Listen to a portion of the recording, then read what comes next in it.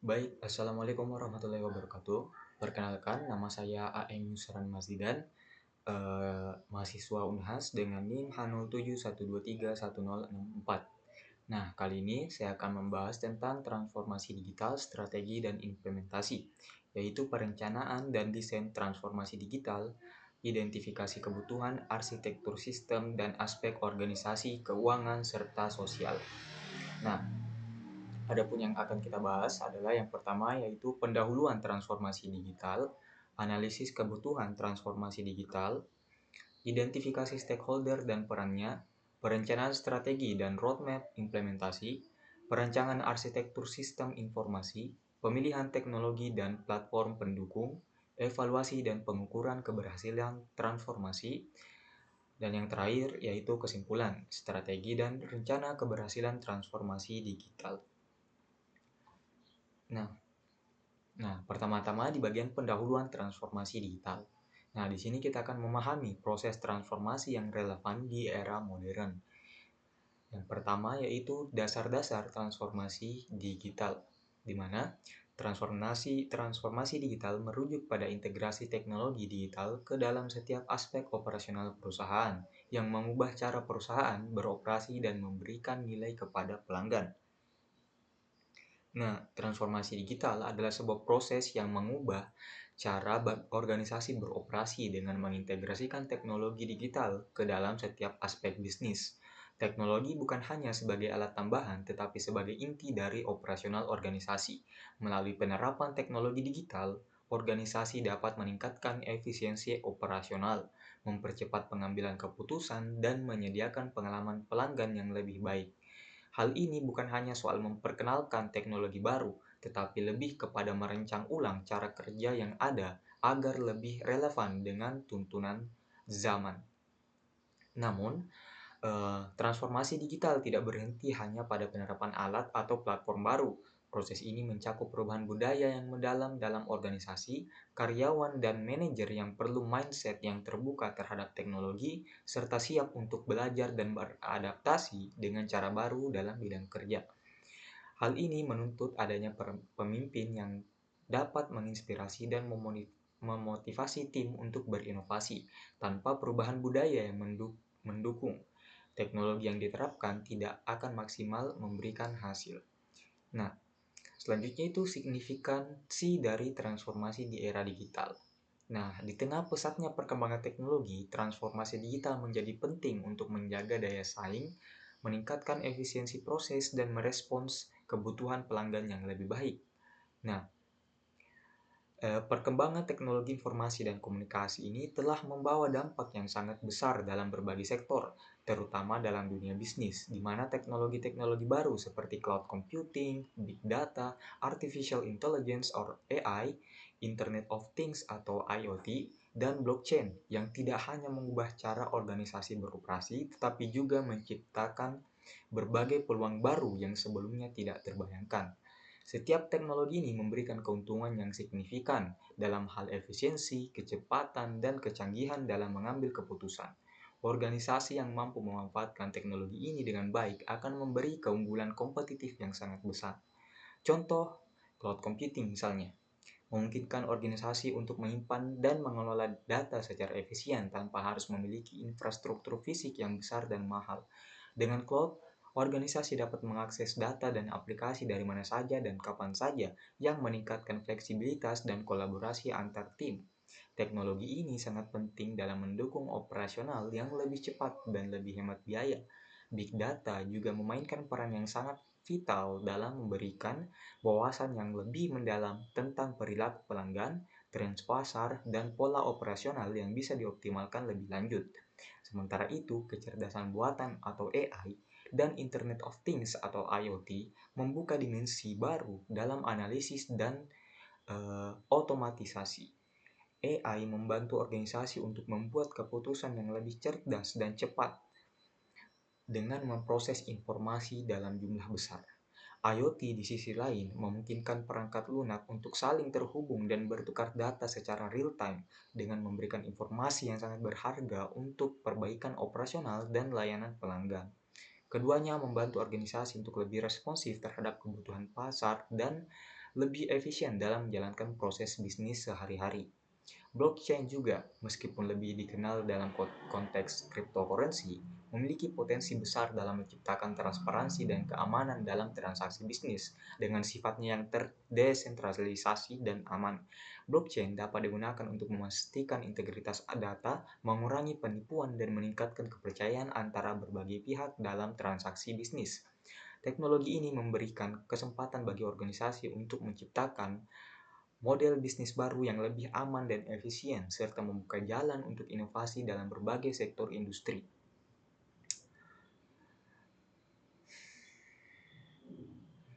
Nah, selanjutnya adalah tantangan dalam proses digitalisasi. Nah, organisasi sering menghadapi hambatan dalam digitalisasi seperti resistensi terhadap perubahan, kurangnya keterampilan digital, dan kebutuhan untuk menyesuaikan budaya organisasi.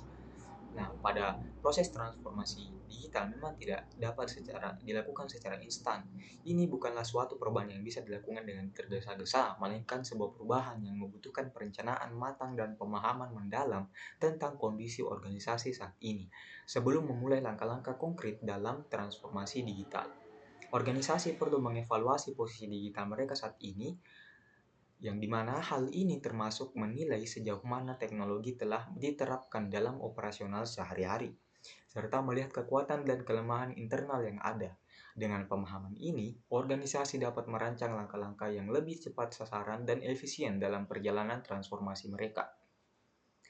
Nah, selanjutnya adalah analisis kebutuhan transformasi digital, di mana kita akan menilai kesiapan dan kebutuhan organisasi untuk bertransformasi. Ya, yang pertama adalah menilai kebutuhan organisasi, di mana penting untuk memahami kebutuhan spesifik yang mendorong organisasi menuju transformasi digital, seperti kebutuhan untuk meningkatkan efisiensi atau respon pasar. Nah, selanjutnya adalah identifikasi pain points dalam proses bisnis, di mana kita harus mengetahui isu-isu yang ada dalam proses bisnis yang saat ini membantu menentukan area yang paling membutuhkan digitalisasi untuk meningkatkan efisiensi dan efektivitas dari transformasi digital tersebut. Selanjutnya adalah analisis SWOT atau analisis SWOT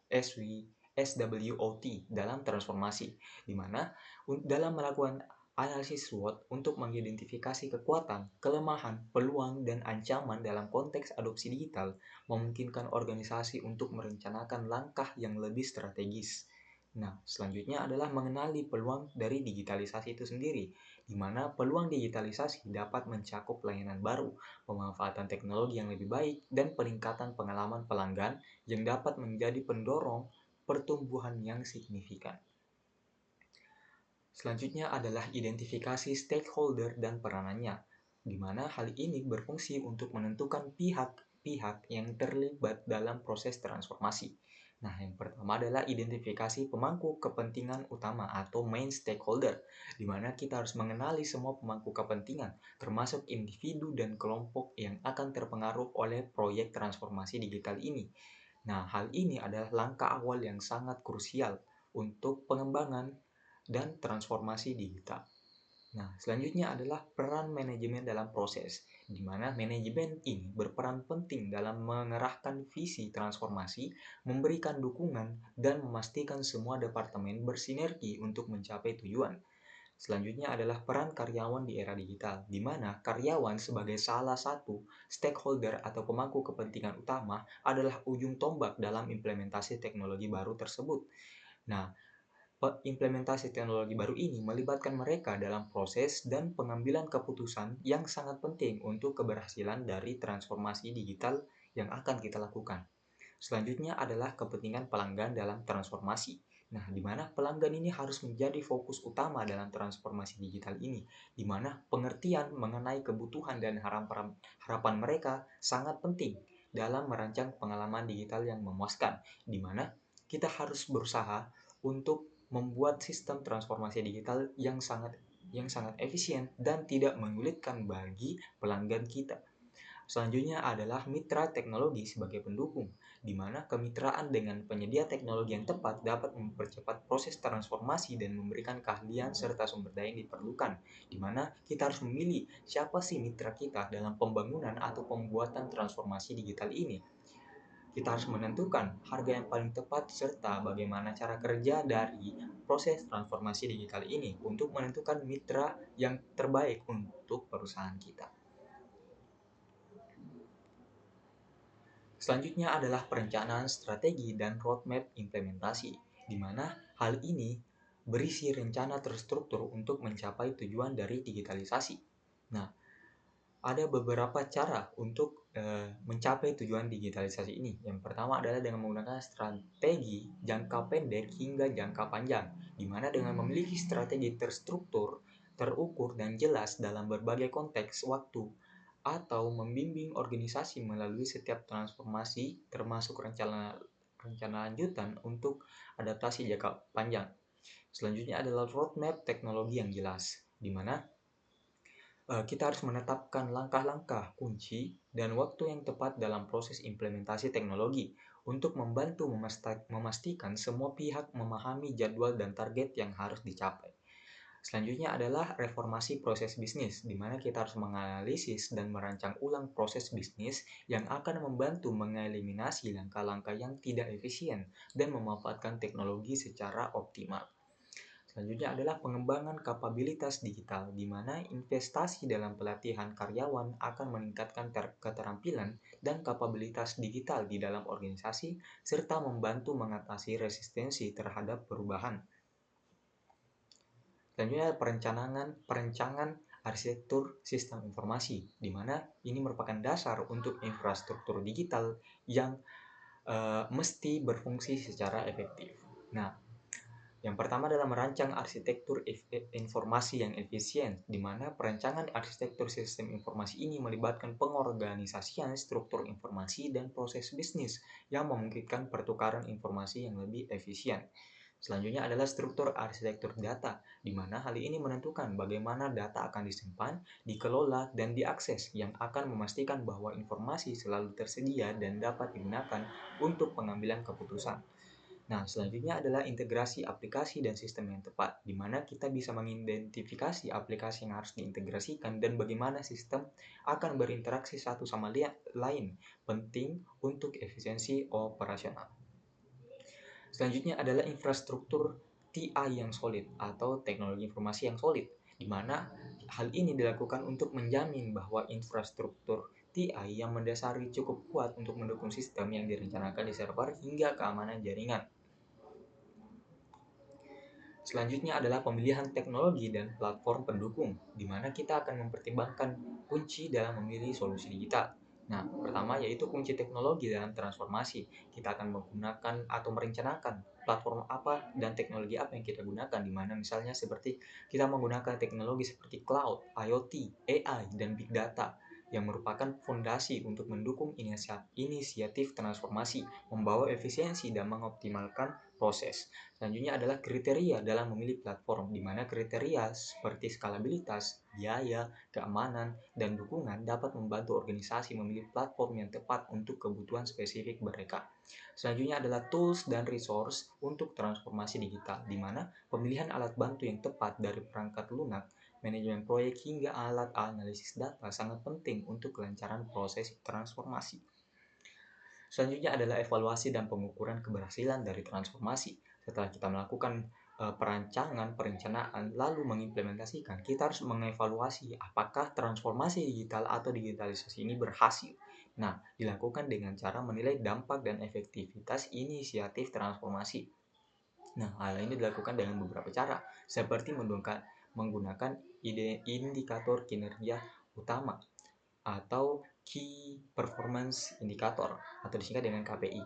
Nah, KPI ini harus ditetapkan untuk mengukur keberhasilan transformasi dengan tetap fokus pada hasil yang diinginkan, seperti peningkatan efisiensi atau kepuasan pelanggan. Nah, selanjutnya adalah metodologi evaluasi hasil, di mana diperlukan metode evaluasi yang sistematis untuk menilai dampak dari inisiatif yang dilaksanakan dan menyediakan umpan balik atau pengembangan lebih lanjut. Selanjutnya adalah mekanisme peningkatan berkelanjutan, di mana proses continual improvement akan memastikan bahwa organisasi senantiasa bertindak berdasarkan data dan umpan balik, memperbaiki area yang lemah secara efektif. Nah, kesimpulan dari strategi dan rencana keberhasilan transformasi digital ini adalah Pertama, ringkasan temuan utama di mana hal ini menyoroti kunci kesuksesan dalam transformasi digital yang merupakan pemahaman yang holistik mengenai perubahan yang diperlukan dan cara mengimplementasikannya. Selanjutnya adalah strategi untuk sukses dalam transformasi digital ini, di mana adopsi strategi terencana yang mempertimbangkan semua aspek transformasi digital, mulai perencanaan hingga evaluasi hasil untuk memastikan keberhasilan yang berkelanjutan. Selanjutnya adalah rencana jangka panjang yang terintegrasi, di mana hal ini mengembangkan rencana yang tidak hanya fokus pada pencapaian jangka pendek, tetapi juga mempertimbangkan keberlangsungan dan dampak di masa depan. Nah, itu tadi adalah hasil pembahasan kita tentang perencanaan dan desain transformasi digital untuk identifikasi kebutuhan, arsitektur sistem, dan aspek organisasi, keuangan, serta sosial. Saya Aemi Suran Mazidan. Terima kasih atas kesempatan yang diberikan. Assalamualaikum warahmatullahi wabarakatuh.